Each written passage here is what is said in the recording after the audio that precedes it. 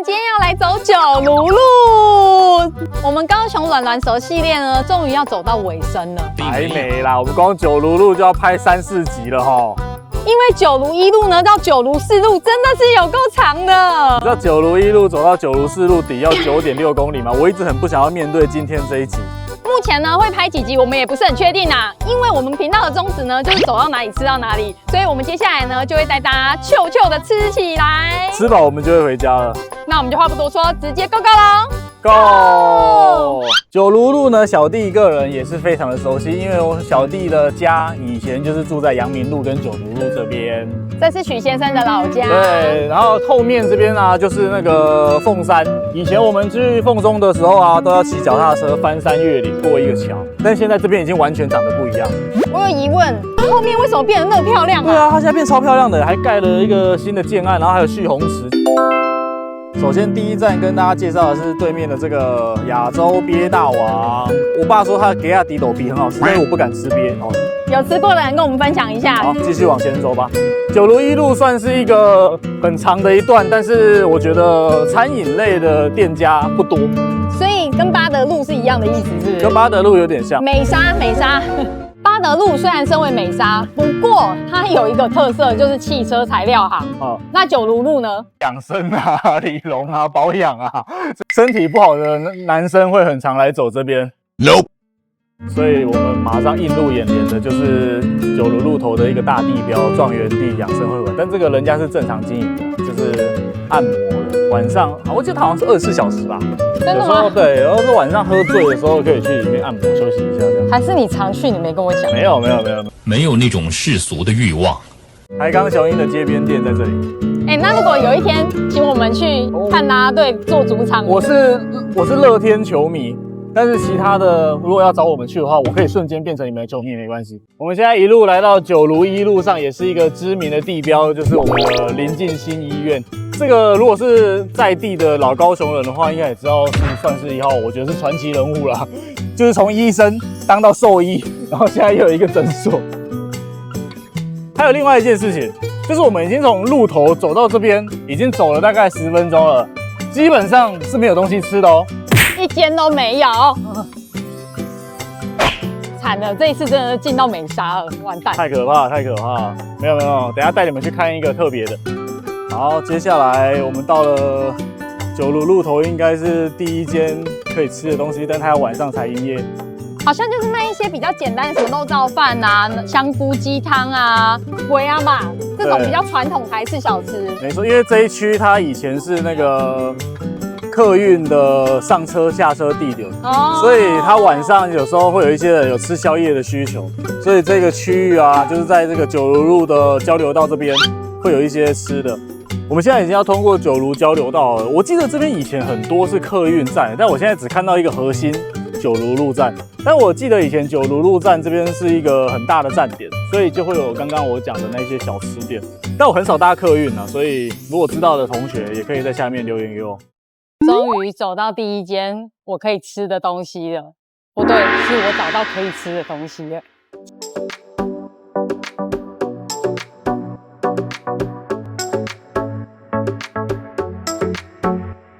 牛角包哦，我真的超爱吃牛角包，尤其边边角角这个地方酥脆的地方，我超级喜欢的。我刚刚一进店里面，直接进到选择障碍，20几种口味，到底要怎么选？你说，20几种口味，我挑了其中2种，一个呢是我自己最想吃的肉松芋头，因为它肉松芋头是新品，我看到就是另外一个呢是金黄起司，这个起司我觉得许先生一定会喜欢。它这个起司真的太疗愈了，它的起司厚厚一层铺在牛角上面，很像布蕾烤布蕾的感觉。我直接来剥给大家看。哇哦，它里面是酱，起司酱，我觉得类似起司酱那样软软嫩嫩的。它是上面表层而已啦，里面还是那个牛角的面包体而已，像烤布蕾那种感觉啦。是的。然后上面再放3颗这种块状的起司。方师傅有一款起司罗宋，它上面的酱就是这个。咸咸甜甜的，因为它的牛角啊边边这个地方是脆的，像饼干一样酥酥脆脆。里面这个地方啊，它吃起来的感觉就像罗宋一样，非常有拉扯力，很 Q 弹，蛮好吃的。很多人吃罗宋啊，或者是金牛角啊，都会怕太油，但是他们家的不会，我觉得吃起来没有我想象中的那么油。这起司口味还不错。再来是我最期待的芋头肉松，芋头肉松它是直接爆馅，你有看到边边这里吗？直接爆馅爆出来。哎，它肉松给很多哎，你看中间这个地方，它肉松很厚一层。它里面的肉松是属于甜的肉松，湿润感蛮足的。有些人呢觉得肉松加在面包里面会觉得太干，它不会，它跟芋泥刚好合在一起。我觉得这一款也蛮好吃的，甜甜咸咸的，日头控可以吃。我们刚刚从九如路的大马路转进来这个巷子，发现了一个有人在排队的，叫有一间煎饺。用这个谐音梗，我就必须给他吃一个水煎包试试看。因为我们在 Google 地标上面是找不到它的，所以我们也很好奇，想说来买来看。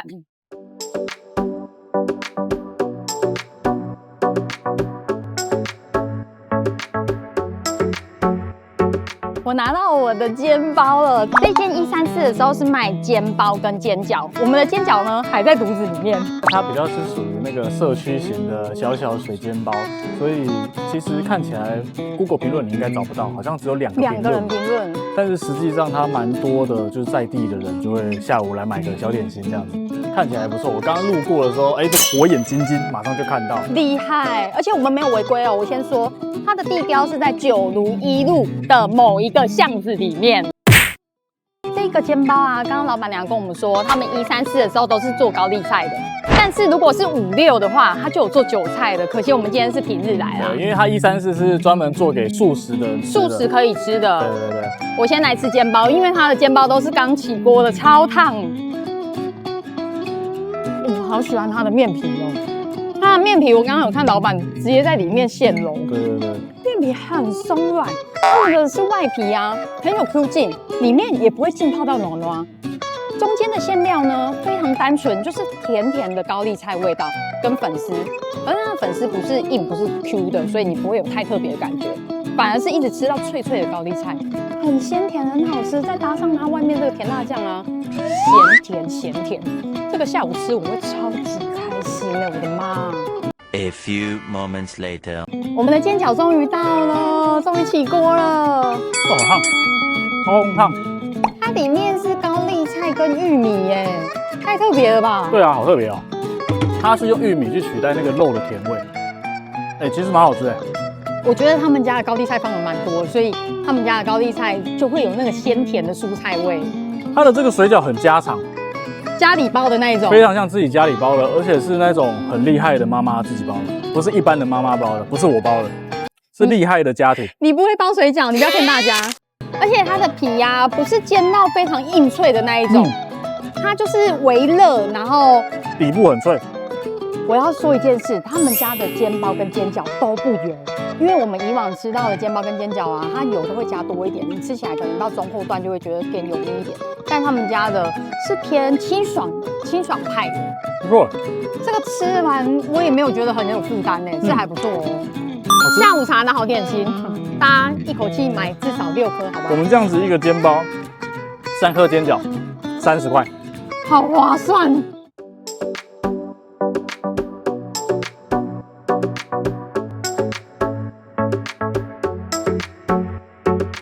刚刚经过这一间非常有名的馒头店，它叫盛永馒头店，买不到其他口味。而且我们现在手上这个是人家气定的，我们才拿得到。他说呢，因为现在基本上呢订好之后都要等2个礼拜。很有名的就是肉松卷跟芋头馒头哦，因为他们的芋头馒头里面是有坚果的。我刚刚看桌上想说还有很多啊，问啊，还有人一直在做，问啊。我今天拿到的这个啊，是他们的葱花卷。这个葱花卷啊，你猜这样一条多少钱？我这样子一个20块，一袋就是100块，很 Q。我现在拿在手上的时候，捏起来都是松松软软的。它的葱花卷很好吃，它的这个面皮呀，是有点类似老面。我觉得应该是老面，但是它的口感跟我以前吃的老面不一样，因为有一些老面它会有发酵味，但是它没有。它的葱花很香，不油，不是油的那种葱花油哦。最厉害的是它这个面皮，它的面皮是这样，你打一拳会这样反弹回去，你咬在牙齿上面的时候，会有一个作用力直接把你顶回来。所以你觉得他这样排2个礼拜才买得到是合理的吗？可以耶，可以是不是？可以耶，太过分了吧？这个给予高度评价哎，非常好吃，而且它的馒头有一个淡淡的甜味，我好想再来买其他口味哦。如果有订到过的人，跟我分享你们觉得哪一个口味最好吃，我下次大概要来订3到4包，好不好？帮我决定这4个口味。我们刚刚在九如一路上面啊，发现一个很漂亮的清水模建筑物。这间如果在九如一路上常常走跳的同学，应该会发现它就在科工馆旁边。它其实是一间知名的上市公司崇友实业的办公室，但是这个办公室呢，里面藏了一个私人的美术馆，叫做大唐生活美学馆。其实是一个可以进去参观的地方，它门口有一个按钮，你就是按门铃一下，就会有工作人员进来带你。而且他们进去啊，虽然空间不是非常的大，不过它的空间很幽静。你会有一种走进去就有一点沉浸心情的感觉。他们的工作人员也讲解得非常详细，他告诉我们说，他们1年会办4次展，除了固定的常设展之外啊，好像还会办一些相关的课程啊、讲座啊，里面也有办公室租借。我觉得大家有经过的话，可以进来参观一下，很意外哦。赞赞赞！我们即将进入快靠近科工馆的地方。没错，现在经过这个 Starbucks 就知道我们已经走一半了，好不好？加油加油！科工馆啊，它其实不定期都会有一些展览，像我们前阵子去的哆啦 A 梦展，我就觉得很可爱。对，它目前现在就是哆啦 A 梦展，我们等一下去看一下。现在经过科学工艺博物馆，现在有小叮当展哦。科工馆最近呢有哆啦 A 梦展，我们在 IG 上面也有带大家来逛这个展，这里也很适合假日带小朋友来走走啊、散散步啊、野餐啊，都很适合。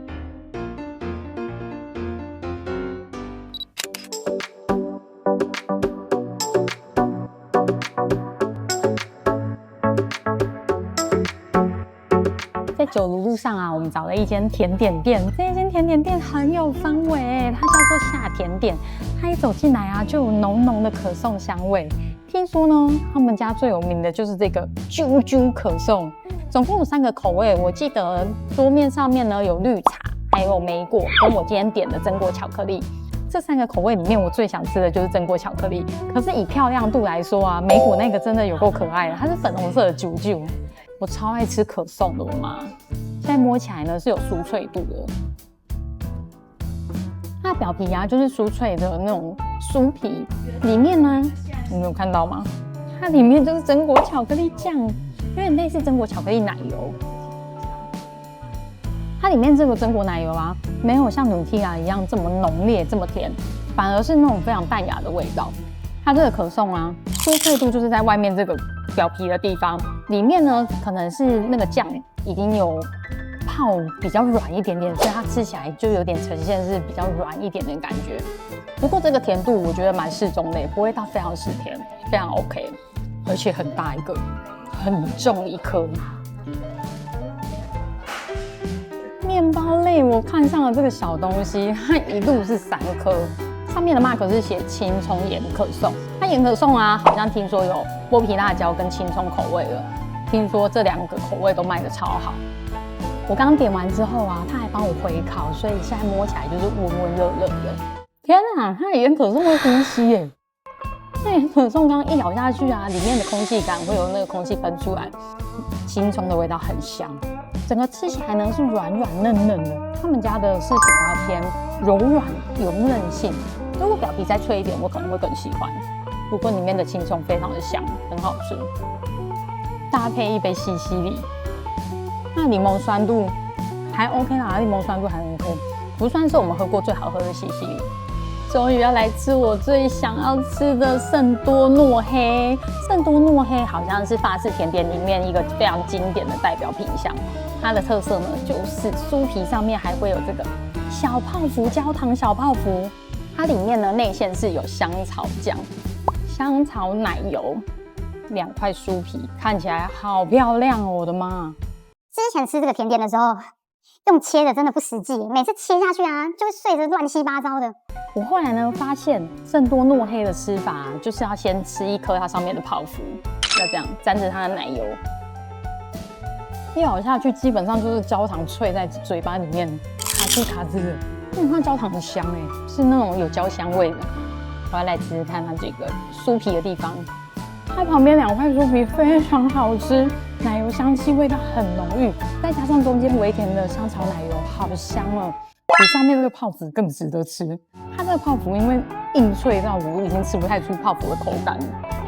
上面的泡芙给你男朋友吃，下面派皮跟奶油的地方你自己吃，下面超值得吃的。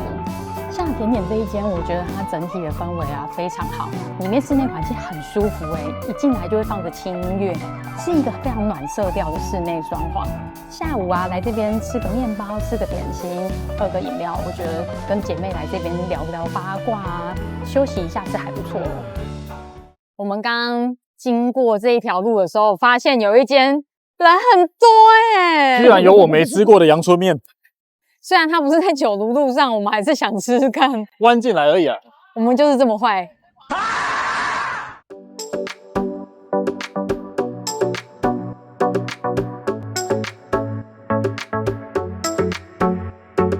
我们在阿美阳春面这边简单点了几样，看起来每一桌都有点的东西。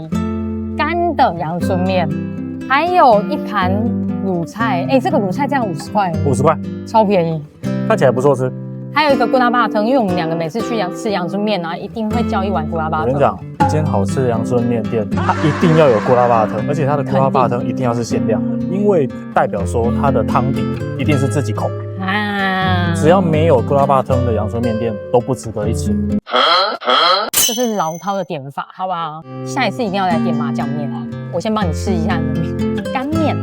在你试的过程中呢，跟大家介绍一下，这一条路是那个在九如路上，你要往那个951路往民族路的方向，会经过这个永年街。这永年街里面呢，其实卧虎藏龙，还蛮多一些隐藏版的美食小店。它的干面好幽默的味道，它不是肉燥哦，我吃一口就知道它不是肉燥派的朋友，而且它的面心是硬的。这种面条呢，是带回去、外带回家都会很好吃的。猪油系的，猪油系哦，猪油系的面好吃。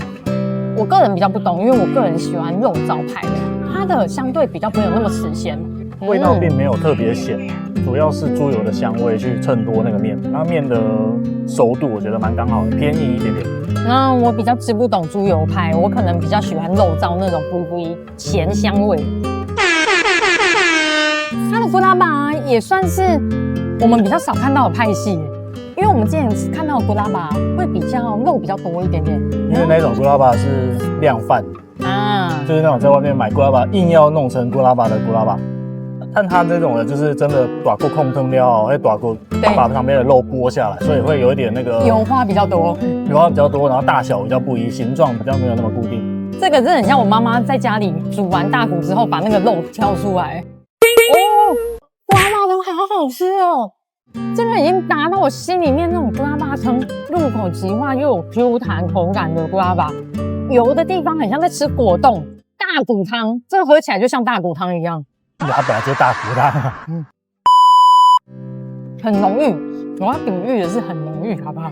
因为现在越来越少面店会自己花时间去控汤了啦，所以你面店里面如果有好吃的咕拉巴汤的话，代表说这间面就是真材实料。我平常喝汤啊，很喜欢啃排骨肉，也很爱吃那种边边角角的碎肉，这个就非常符合我平常爱吃的那种口味。这里面附近啊，好像有蛮多间都是宝藏小店，下一次我们也会拍一集，专门来这边给他吃透透。来，这边竟然有卖牛肉面，太不可思议了！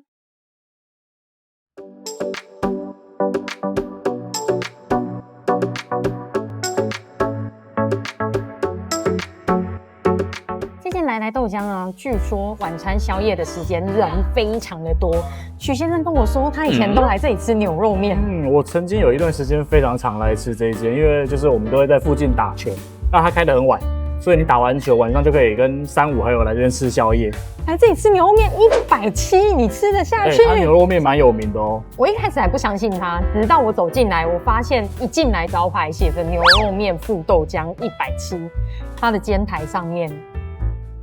许先生说必吃的就是这个煎饺，我喜欢吃他的煎饺 ，Big 煎饺，他的煎饺很大一个哎。另外我自己很想吃的就是葱蛋，我每次看到葱蛋煎的香香脆脆的，看起来就好吃快。它旁边呢还有韭菜盒，那个韭菜盒子哦有够厚的，这个是日本炸弹呢。它的台子上面全部都是宵夜最可恶、最邪恶的那一种。为了先来吃我想要吃的葱蛋，油放得多，蛋就好吃。你刚刚还很懂吃，直接酱油膏全部淋满。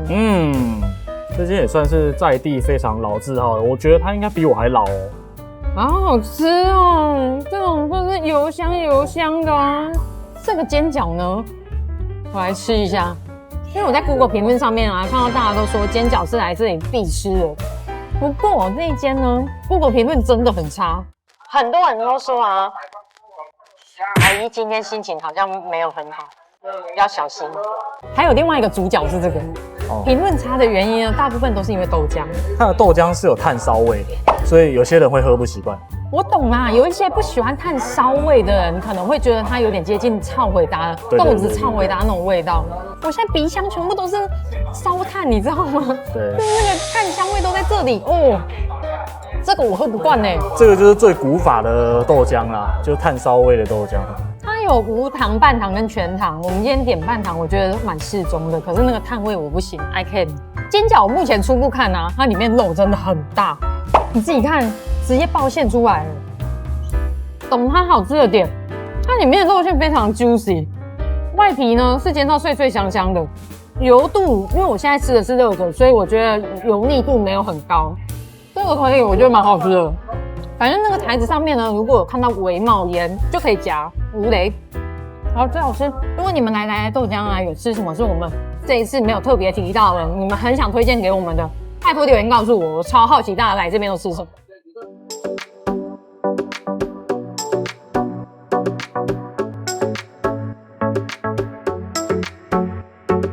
我们买完了Lily Coco咸酥鸡了，这间Lily Coco咸酥鸡啊，是之前网友一直推荐我们高雄咸酥鸡非常好吃，是他吃过觉得最好吃的。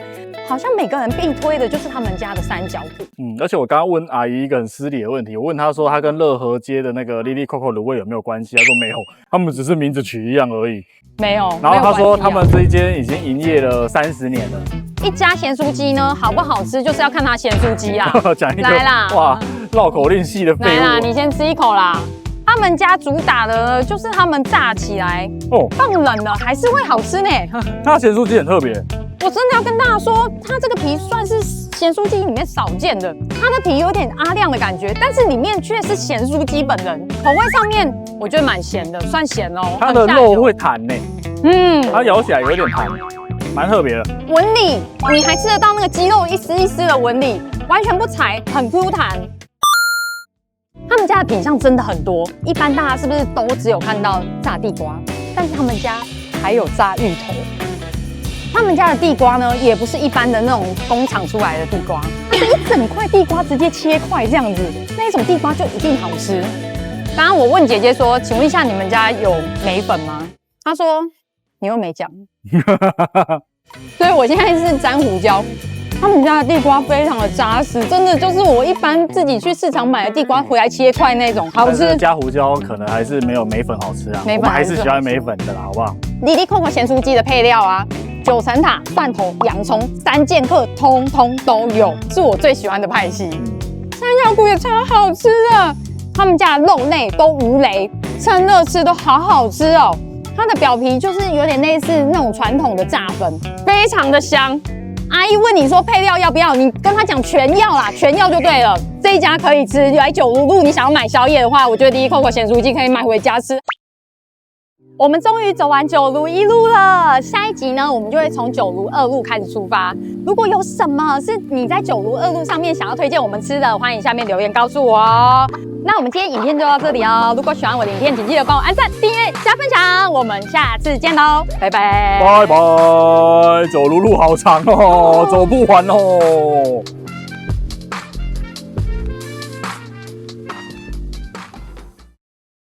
所以那个是你很常唱应援曲的那一个吗？没有，我都看啦啦队而已。哇，哦，状元地好大一间哦。哎呀，状元地很大一间啊。我是没去过啦。不用加那句啊，我知道啦。我想要吃饺饺。角角是我要吃的，你知道吗？我很少在咸酥鸡看到有地瓜跟芋头的。蛮常看到的。